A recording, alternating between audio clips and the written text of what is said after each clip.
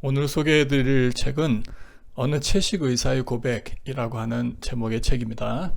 이 책을 쓰신 분은 존 맥두걸이라고 하는 의사분이시고요. 책 표지에 보면 뉴욕타임즈 최장기 베스트셀러 이렇게 소개가 되어 있습니다. 사실 우리나라에서 채식은 그리 환영받는 주제는 아닙니다. 채식을 하시는 분들조차도 한정된 지식으로 편협한 채식을 하시는 경우가 많습니다. 또 어떤 사람들은 채식을 어떤 이념 또는 취향상의 문제 이 정도로 생각하실 때가 많이 있죠. 하지만 이 책에서 존 맥두걸 박사는 채식의 치료적 가치를 많이 강조하고 있습니다. 그 자신이 오랜 세월 육식을 하면서 얻었던 수많은 질병들을 채식으로 고쳤기 때문입니다. 자, 이제 책의 내용을 제가 좀 소개해 드리겠습니다. 챕터 1에서는 존 맥두걸 박사 자신의 성장 배경과 그리고 채식을 치료에 어떻게 적용하게 되었는지 그 배경들을 설명하고 있습니다. 이 저자의 부모님은 1930년대에 대공황을 겪은 분들입니다. 그래서 그 부모님들 당시에 먹던 그 음식은 콩, 옥수수, 양배추, 당근, 양파, 감자 이런 것들이었고, 그리고 저자의 표현에 의하면 운 좋은 날은 통밀빵을 드셨다고 이야기하고 있습니다. 그래서 저자의 어머니는 자녀들에게만은 더 좋은 음식을 먹여야 되겠다 이런 마음으로 저자가 어렸을 때부터 아침 식사에는 주로 계란과 베이컨을 먹였고, 그리고 점심 때는 마요네즈를 듬뿍 넣은 소고기 샌드위치를 자녀들에게 먹였다고 합니다. 그리고 저녁에는 스테이크와 닭고기를 먹였다고 합니다.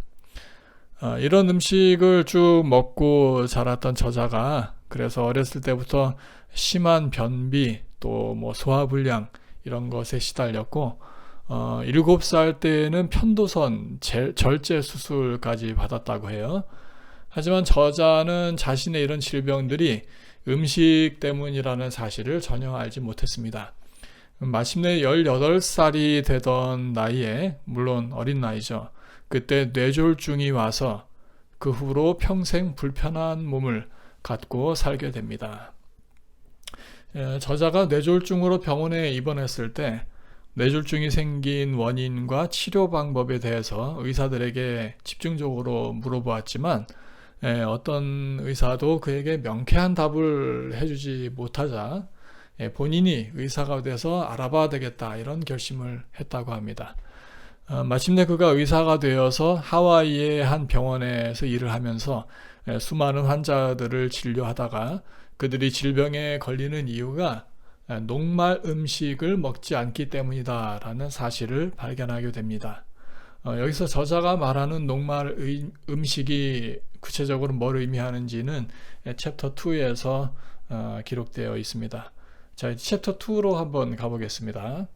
챕터 2에서는 이 녹말 음식에 대해서 본격적으로 설명을 하고 있는데요. 챕터 2의 제목이 인간은 녹말을 먹는 동물이다 이렇게 되어 있습니다.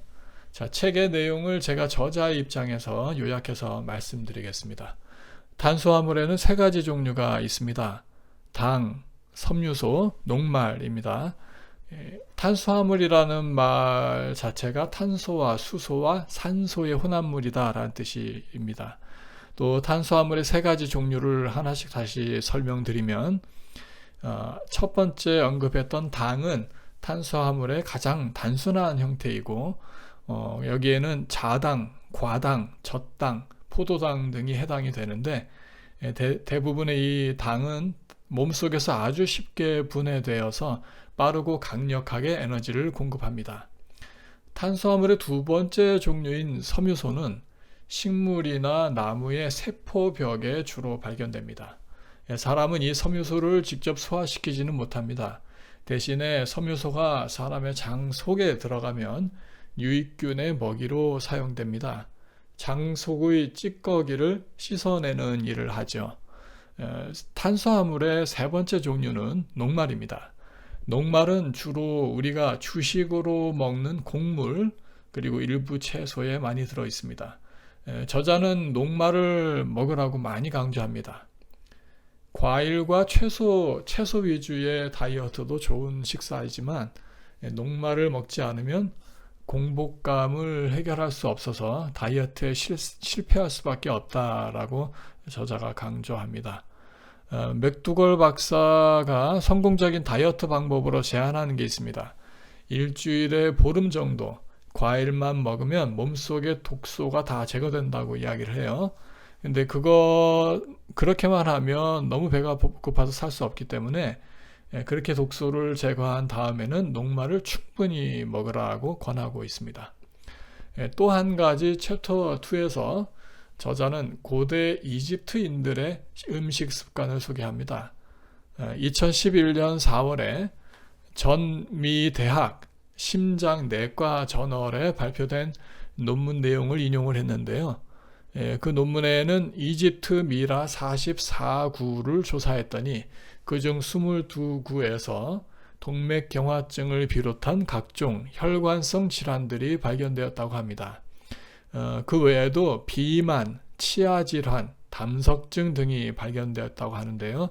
특히 미라는 대부분 부유층이 하는 장내 방법이기 때문에 당시 부유층이 어떤 식생활을 했는지 짐작할 수 있다고 지적했습니다. 특히 어린이 미라에서는 척추갈림증 같은 질환이 발견되었는데요.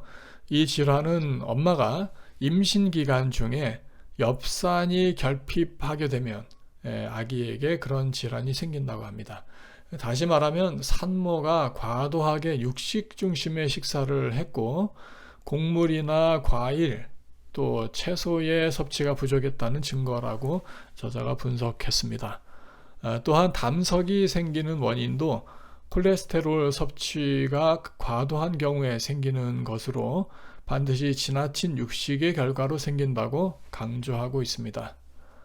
더군다나 현대의 공장식 사육 환경의 동물들이 야생 상태의 동물들보다 포화지방 함량이 30배나 더 많다고 합니다. 그러면서 저자는 녹말 식품 섭취의 중요성을 강조하기 위해서 몇 가지 근거를 제시합니다.